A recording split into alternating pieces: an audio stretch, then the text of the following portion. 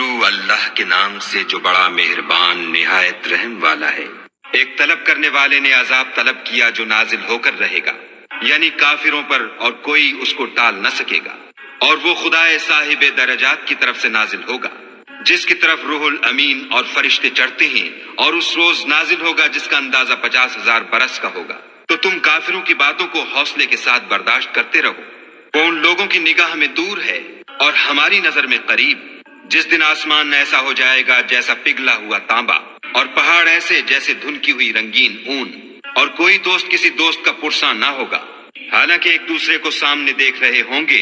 اس روز گناہگار خواہش کرے گا کہ کسی طرح اس دن کے عذاب کے بدلے میں سب کچھ دے دے، یعنی اپنے بیٹے اور اپنی بیوی اور اپنے بھائی اور اپنا خاندان جس میں وہ رہتا تھا، اور جتنے آدمی زمین پر ہیں، غرض سب کچھ دے دے اور اپنے تئیں عذاب سے چھڑا لے۔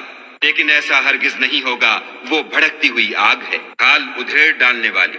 ان لوگوں کو اپنی طرف بلائے گی جنہوں نے دین حق سے اعراض کیا اور منہ پھیر لیا، اور مال جمع کیا اور بند کر رکھا۔ کچھ شک نہیں کہ انسان کم حوصلہ پیدا ہوا ہے، جب اسے تکلیف پہنچتی ہے تو گھبرا اٹھتا ہے، اور جب آسائش حاصل ہوتی ہے تو بخیل بن جاتا ہے۔ مگر نماز گزار جو نماز کا التزام رکھتے اور بلا ناغہ پڑھتے ہیں، اور جن کے مال میں حصہ مقرر ہے، یعنی مانگنے والے کا اور نہ مانگنے والے کا، اور جو روز جزا کو سچ سمجھتے ہیں، اور جو اپنے پروردگار کے عذاب سے خوف رکھتے ہیں۔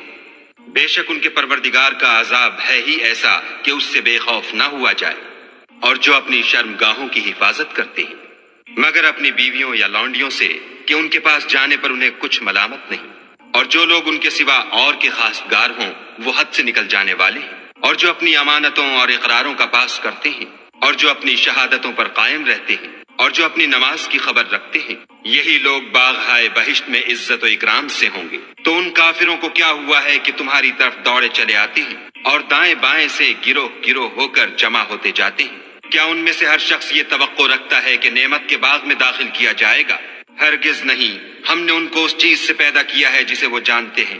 ہمیں مشرقوں اور مغربوں کے مالک کی قسم کہ ہم طاقت رکھتے ہیں، یعنی اس بات پر قادر ہیں کہ ان سے بہتر لوگ بدل لائیں، اور ہم عاجز نہیں ہیں۔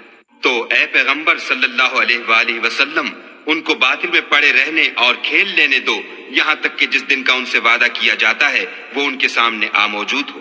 اس دن یہ قبروں سے نکل کر اس طرح دوڑیں گے جیسے شکاری شکار کے جال کی طرف دوڑتے ہیں۔ ان کی آنکھیں جھک رہی ہوں گی اور ذلت ان پر چھا رہی ہوگی۔ یہی وہ دن ہے جس کا ان سے وعدہ کیا جاتا تھا۔